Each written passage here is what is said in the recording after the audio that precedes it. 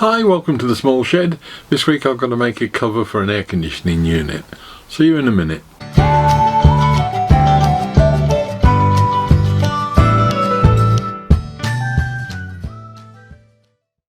Now this has been on the cards for well over a year, so it's time I actually did something about it. One of the benefits of tidying the shed up is that I'm getting more and more space. And one of the biggest bugbears at the moment that I've got still to sort out is underneath the router table and circular saw area, and that has just been a complete mess up until recently. Now I've taken the grinders out and the belt sander and the little chop saw that was under there. They're going into the garage, finding room in there.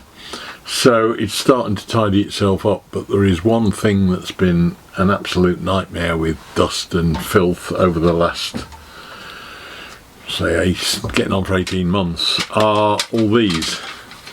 And they're things I got from, needless to say, our local scrap store. I haven't got a clue what they're for. I've got loads of them.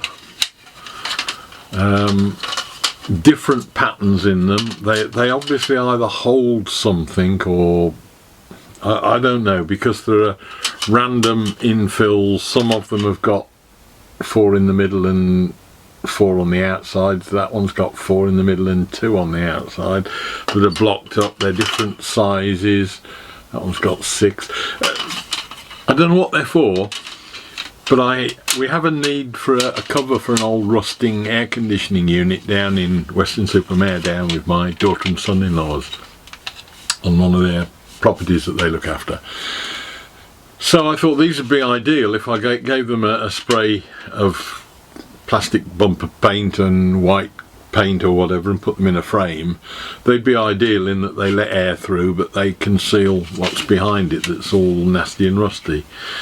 So first of all, pop down to Weston, have a look, measure up down there. This was done, as I say, probably a year ago now, to measure up what I need, and then we'll come back and see what we've got that we can use. So this is the offending article. It's an air conditioning outside unit for a pair of rehearsal rooms and recording rooms in a recording studio. And there's nothing basically wrong with it. It's functioning perfectly adequately, but it's the casing for it's gone really badly rusty, and it doesn't give a particularly good impression of either the business that's now running in there. My son-in-law used to run a recording studio there, but it's now being run by somebody else, and there are properties for let up there as well, so it doesn't give a particularly good impression when you've got this rusty old chunk outside. So that's what we're trying to do, is to make that look a bit more pretty. Now the other thing I've got a lot of is the tulip wood that I get from the local recycling place, and that was really my starting point for this. I've been looking at it on and off for over a year now, not quite knowing how to go about it, but essentially what I think I'm going to do, these things have got a 6mm tongue, and that is a 6mm groove, so they would actually just slot in nicely into something like that. So what I'm thinking of doing is grooving timber, putting a 45-degree chamfer on it so that it'll shed any rainwater that comes down off it at the bottom, but essentially making something up that will just give me a grid of these screens separated by timber, and then, as I say, I'll paint it all up afterwards. And I've been having problems in that what it means is you've got to surround something on all 4 sides,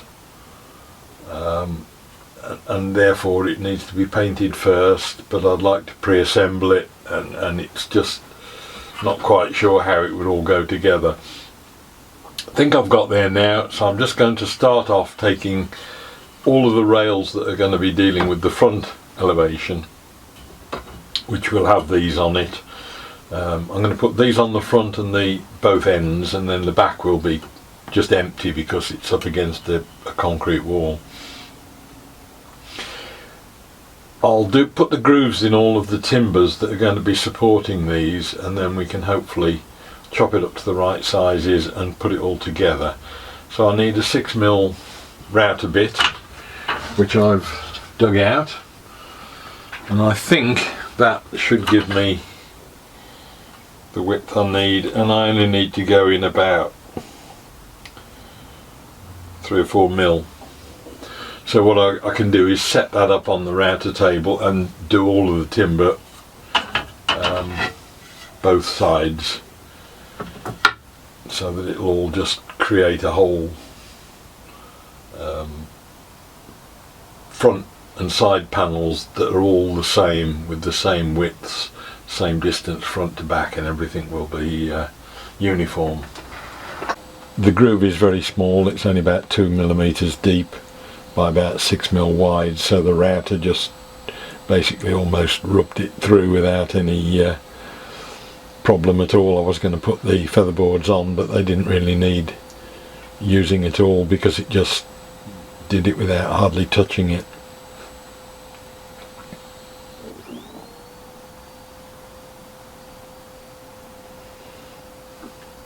And having got that done, did a sort of a test assembly to see how it would all fit together.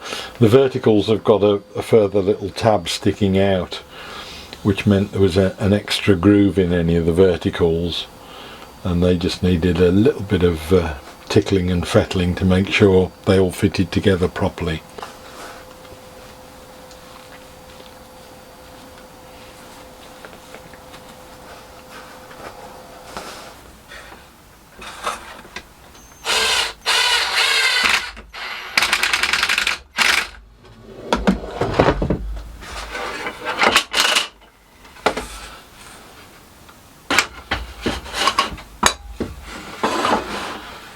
So that's established the width. Now I need to just build the layers up and establish the right height, and then I can cut those to height as well.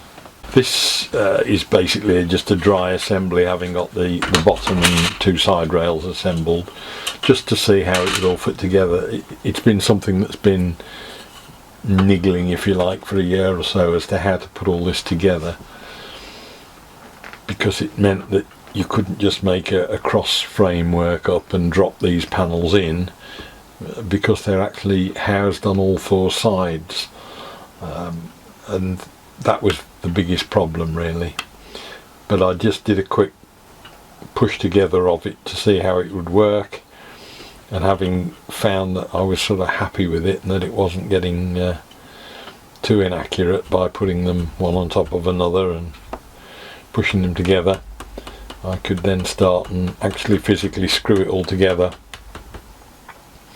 and then it'll all have to be disassembled later to get painting work done on the framework and on the panels themselves. I've also had to go using the pocket hole jig to put a screw through, because you can't again fix from both sides of a cross effectively.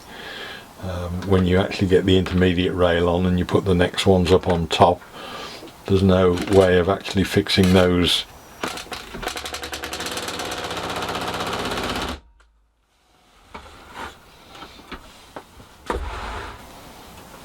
Subsequent to doing this, I mentioned that I was going to try and use a pocket hole jig to screw right through both.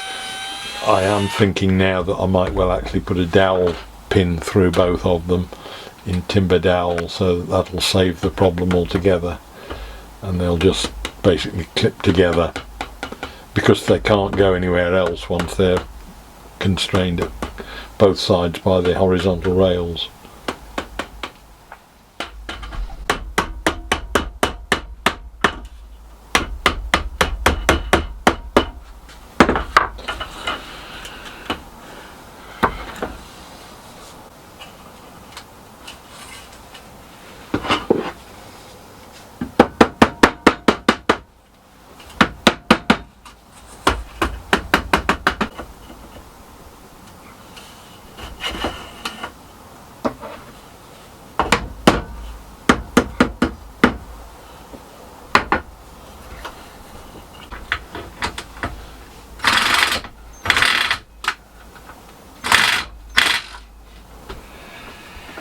Right, so that's got the main front part done. I can now mark and cut them, the uprights to height exactly, so that there won't be any problems. I wasn't quite sure on how it would all go together. It's now got to be taken apart, painted and then reassembled. I'm having problems with these verticals, getting them to screw through, because you're tending to hit screws from the other side if you're not careful. So I may well re-drill them with the pocket hole and one screw going right through from that one to that one and from that one to that one. Or I may just even rely on glue, because effectively these slats are being held in place by the horizontals anyway, which are screwed in tight. I've got to do the same sort of thing, just one deep on either end, which I'll carry on with now, and I've got to get, as I say, take it apart and paint it. So I'll do that later on. I'll come back to you when I've got that done, or when I'm doing that, do another video on that, and hopefully fitting it once it's in place. But that's as far as I'm taking it this week, because I'm running out of time. So hopefully I'll see you next week and we'll be doing something different, and I'll look forward to seeing you then. Bye.